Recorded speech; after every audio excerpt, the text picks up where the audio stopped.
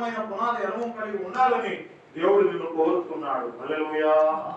చూడండి, మనకు మేలు కలగాలంటే ఒకటే చేయాలి, ఏంటంటే ఆయన కట్టడలు వేడుకున్నాడు. రెండోది, దోషములను పోగొట్టుకోవాలి. ఆ దోషాలు పోవాలంటే హిస్సోపు అనబడేటువంటి ఆ వాక్యముతో వేయబడాలి, కడగబడాలి.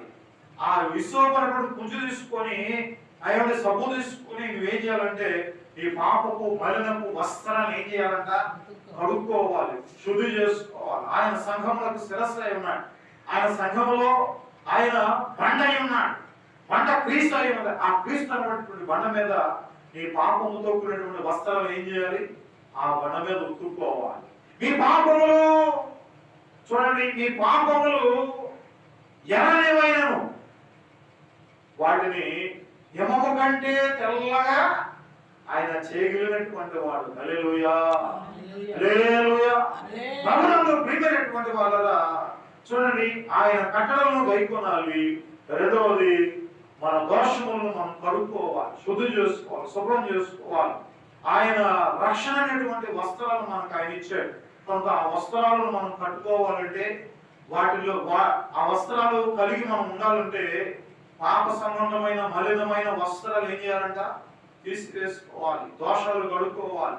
మానవుడు దోషము కలిగి ఉన్నాడు.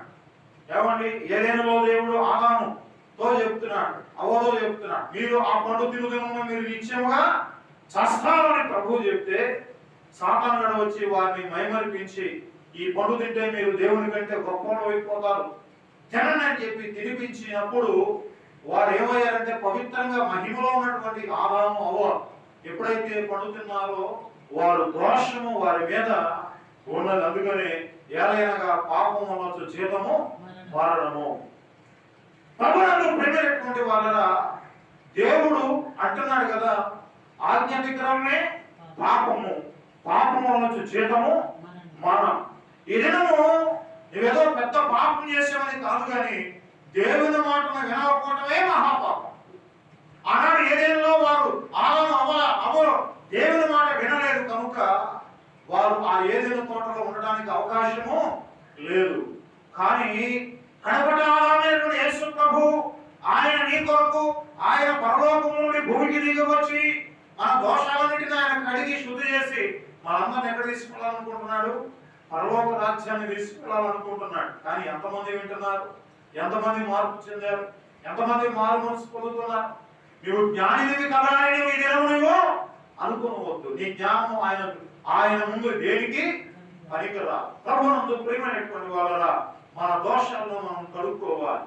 దోషములు కడుక్కున్నప్పుడే ఆయన మనకు మేలు చేస్తాడు. కానీ దోషములు కడుక్కోకుండా ఇష్టానుసారంగా జీవిస్తే, నేను నా ఇష్టం అన్నటువంటి ఒక అహంకారంతో నువ్వు జీవించినట్లయితే దేవుడు ఒకానొక సమయంలో నేను దెబ్బ కొట్టబోతున్నాడు. చూడండి, ప్రభువునందు ప్రియమైనటువంటి వాళ్ళరా, ఆ ఉగ్రత దినము రాకముందే నువ్వు చేయవలసింది ఒకటే, అయ్యా నాకు మేలు కావాలి ప్రభువా, నాకు మేలు కావాలంటే నీ సన్నిధికి వస్తాను ప్రభువా. అయ్యా నీ సన్నిధిలో మోకరించి, అయ్యా నేను ఏదైతే పొందుకోవాలనుకుంటున్నానో దాన్ని నేను పొందుకోవడానికి నాకు శక్తి దయచే ప్రభువా, బలం దయచే ప్రభువా అని మనం దేవుని ఏం చేయాలి? గోజాడి అడగాలి.